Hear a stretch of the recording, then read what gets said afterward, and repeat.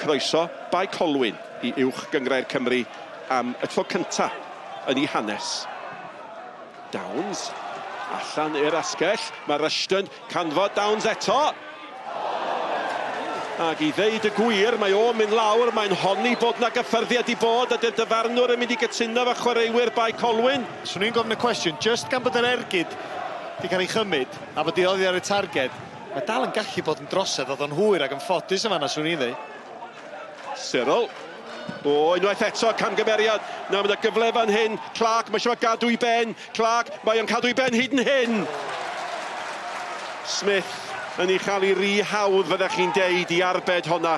Am dacl oedd hon, oedd teimlo'r stadiwm i gyd yn ysgwyd. Cyril nôl ar ei draed chwarae teg. A wedyn, nath o benderfynu trio eich mynd drwy goesa'r golgeidod pwy a wyr.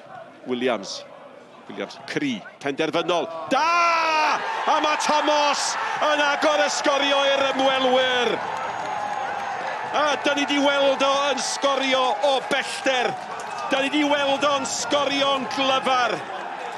Ond mae'r peniad gan Darren Thomas yn ddigon i roi Caernarfon ar y blaen. Pwy oedden ni farcio fo? Nick Rushton oedden ni farcio fo. Felly mae Mark Williams yn fallian sylweddoli hynna. Felly jyst yn dincio i teg at y postyn pella. Rushton, chwaraewr fwy ymosodol, dim dyna lle mae o eisiau bod. Turner, sgoriodd gol yn y gêm cwpan. Yn y fuddugoliaeth neu Benebus o 5-0 pen wythnos dwytha. Mewn ar geg, a mae'r peniad yn mynd heibio'r postyn. A wyddwch chi be mae Holmes yn gwybod y dyle fod i gwneud yn well. O le ddoth o, ond am gyfle.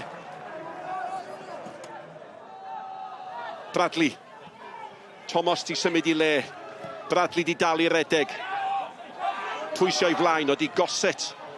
A mae Bradley di gwneud yn arferchog i osgoi Ryan Edwards, a mae mewn i'r cwr Cosby. Nawr tewn y gyfle fan hyn. Ydy wedi trio i galed i hwnna'n gico'r smot i nad i meddwl dyfarnwr.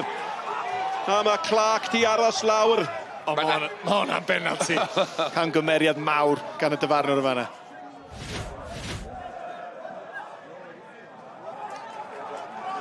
Mae Bradley di curo Downs fan yna, mae Bradley o'n gweld digon o le gan Davies. Mae rhaid i Davies sgorio fan hyn yn does! A mae o'n gwneud efo cymorth gwiriad. A da chi'n teimlo o'r ymateb bod hwnna'n foment bwysig iawn yn rheigol y gêm yma. Camgymeriad amddiffynol eto gan y tîm cartre. Ac Adam Davies yn cadw i ben. Ac ar ôl sgorio mewn gêm gwpan y penwythnos diwetha, mae wedi rhoi Caernarfon 2-0 ar y blaen. Cyril, oedd ddim yn siŵr be i wneud. Edwards eto. Davies di gyrra fo.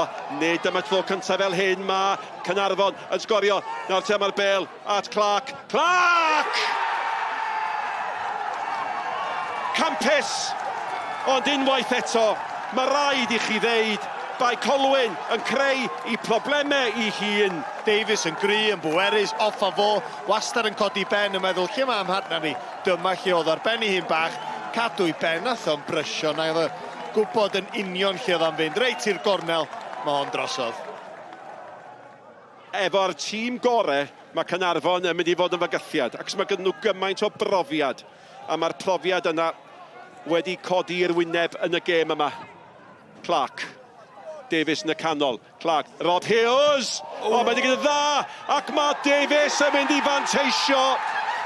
Ac sut yn y byd a chybodd Rob Hughes honna.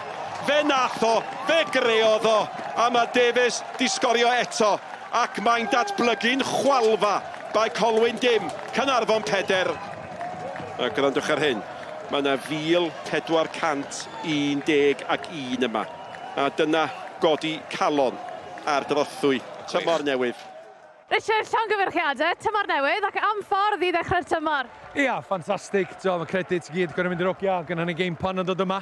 Ni wedi gwachio nhw'n dwytha, falle a chwarae teg i'r ogia, maen nhw wedi cario allan a ffantastig result. Mae jyst hynna'n deud bod dim i chi dweud. Deud bod dim i chi. Dechrau, we won't get ahead of ourselves. Un game, dio. Ond i ni, mae'n statement, Dwi'n meddwl bod lot di reit yn ei off cyn ni cicio pêl, results drwg o'r droi yn erbyn port, ond na fo, ie. So, na, mae hwnna bob dim da ni amdan, dwi'n meddwl. It's fair to say that was a real baptism of fire out there today. Yeah, second half especially. I thought first half I thought we were a better team. I thought we started really well. You know, a lot of positives, and possibly could have made more of 2 or 3 opportunities. And then we went a little bit sloppy. They started to come into the game and scored not a great goal from our point of view. We should have stopped the cross, and then he just peeled off neck at the back post. But again, that's naivety. And then second half, you know, we were just so negative. We're just so negative. I've just said to the lads in there, you know, we need to have a lot more urgency and a lot more bravery to go and play, but we were just so negative, and then obviously a couple of mistakes cost us. We went 2 and then 3, and then we just almost lost the shape and discipline. We tried to once we went 2-0 down, we tried to change the shape to try and go and get back into the game, and unfortunately it didn't work. But you know, I think going forward we take a lot of positives from that first half, and we'll take them into next week. But that second half is not acceptable from any standard. Well, Zach, you only joined Caernarfon a few days ago. What a way to kick things off. Oh, buzzing.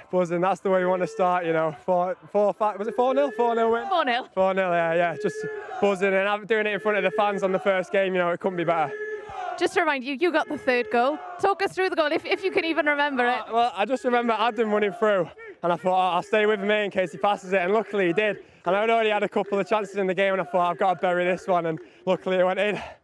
Yourself and Adam, 2 new faces to Caernarfon this season. What's it been like to play with him, even though I know it's only the first game of the season? Well, that's what I said. I just said in the changing room, and that's our first game together. I said, you know, hopefully going throughout the season now, we're just going to get better together, and it felt really smooth. It felt really good together then. So, yeah, hopefully it'll just get better. Zach, you got on the score sheet. You're also a man of the match, so huge congratulations. Thank you very much. Cheers, guys. Thank you.